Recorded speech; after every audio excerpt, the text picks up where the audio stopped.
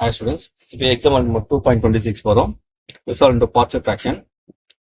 So first நம்ம என்ன போகிறோம், நமக்கு இந்த டிகிரி தான் நம்ம போகிறோம். நியூமரேட்டர் டிகிரி 1 வருது, டினாமினேட்டர் டிகிரி இந்த X square into X multiple நமக்கு 3 வருமா. அப்போ இது ஃபர்ஸ்ட் மாடலில் நம்ம போடலாம். சரிங்களா?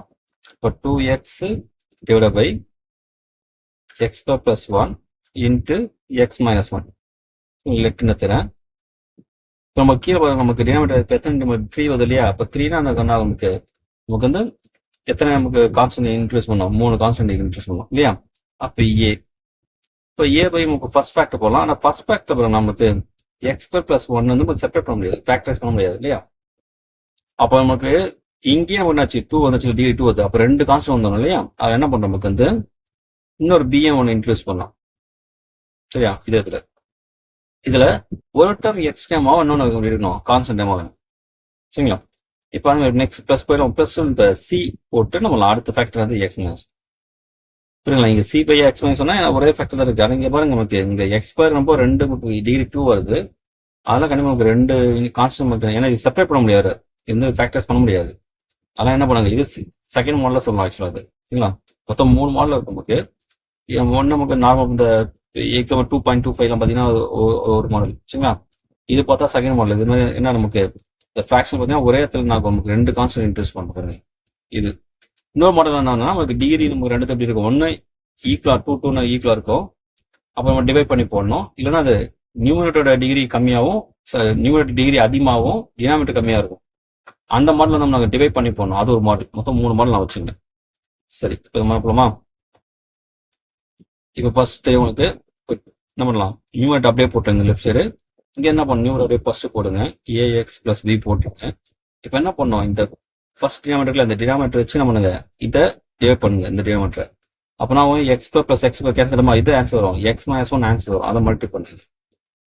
நெக்ஸ்ட் ஃப்ராக்ஷன் போவோம், சி போட்டுற மல்டி பண்ணி நெக்ஸ்ட் அதே மாதிரி பண்ணோம். இந்த டினாமினேட்டர் வச்சு என்ன பண்ணோம், இங்கே இந்த டினாமினேட்டர் ஃபுல்லாக டிவைட் பண்ணும். ஆனால் நான் X minus 1 X minus cancel ஆகிடும். அப்போ இதே ஆன்சர் ரொம்ப வரும், எக்ஸ் ஸ்கொயர் பிளஸ் 1 ஆன்சர் வரும். அதை மல்டி பண்ணுங்க, அவ்வளோதான் சரிங்களா. இப்போ நம்ம பண்ணோம், சம் போயிடணுமா. இப்போ நம்ம எக்ஸ் வேல்யூ என்ன போடும்போது நமக்கு ஏ வேல்யூ பி வேல்யூ சி கண்டுபிடிக்கணும். நம்மளா எக்ஸ் நமக்கு புட் 1 போடலாமா. 1 போட்டால் என்ன ஆகும், இந்த பார்ட் ஃபுல்லாக 0 ஆகுமா. அப்போ ஏபி ஃபுல்லாக 2 போயிடும், இல்லை 0 ஆகும்.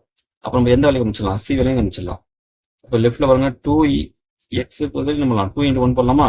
இந்த பார்ட் ஃபுல்லாகவே 0, ஏன்னா X minus 1 minus 1 0 plus C into பார்த்தீங்கன்னா 1 + 1 வருமா. அப்புறம் 2 = 2c, 2 கேன்சல். அப்போ சி என்ன வந்துடும் 1. நம்ம பி வேல்யூ ஏ வேல்யூ கண்டுபிடிக்கலாமா. உங்களுக்கு எக்ஸ் வேல்யூ 0 போடுது, 0 போட இந்த மாதிரி வந்தால் நீங்கள் 0 போடலாம், இந்த ஏஎக்ஸ். ஏன்னா இந்த ஏ 0 போடணும் ஆகும், இந்த ஏ பார்ட் உங்களுக்கு 0. இப்போ பி பார்ட்டும் சி பார்ட் மட்டும் இல்லை, சி டம் மட்டும் இருக்கும். நம்ம என்ன பண்ணலாம், ஆல்ரெடி சி தெரியும் போது சப்ஸ் பண்ணால் பி வேல்யூ கிடைச்சிடும். இப்போ 2 × 0 லெஃப்ட் சைடு. இங்கே என்ன ஆகும், ஏ பார்ட் ஃபுல்லாக 0 இல்லை, 0 + பி இன்ட்டு என்ன பண்ணுறேன் 0 - 1 சரிங்களா. எக்ஸ் என்ன பண்ணுறோம் 0 சப்ஸ் பண்ணுறோம். ப்ளஸ் அந்த சி இன்ட்டு வரும் 0 + 1 வந்துடும். இந்த 2 × 0 0 இந்த b × -1 minus b plus c. நம்ம சி வேல்யூ ஆல்ரெடி தெரியும் நமக்கு +1. அப்போ நம்ம இந்த பக்கம் -1 ஆகுமா, மைனஸ் பி மைனஸ் கேன்சலா. அப்புறம் நமக்கு டி வேல்யூ வந்து +1 சரிங்களா. இப்போ பி வேல்யூ வந்துச்சா, இப்போ ஏ வேல்யூ கம்மிக்கலாம்.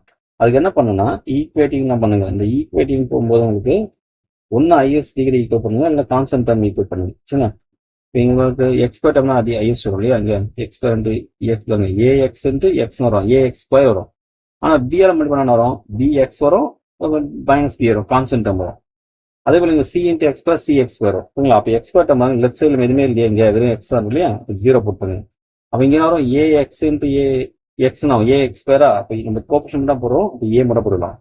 அதே போல C × C X square C X square வருமா. அப்போ கோஆப்ஷன் அது சி.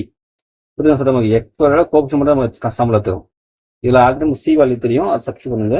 அப்போ ஏ ப்ளஸ் நமக்கு வந்து 1 வருமா.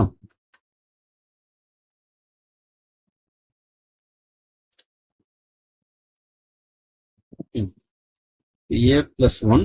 இப்போ ஏ இந்த பக்கம் நான் -1 ஆகுமா. அப்போ ஏ வந்து -1.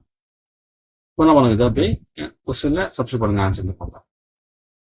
என்ன பண்ணுறோம், இந்த ஸ்டெப்ல என்ன பண்ணுறோம், A value B value C value substitute பண்ணுங்க. இப்போ என்ன ஆன்சர் நமக்கு இந்த ஆன்சர் நமக்கு கிடைச்சிடும். சரிங்களா?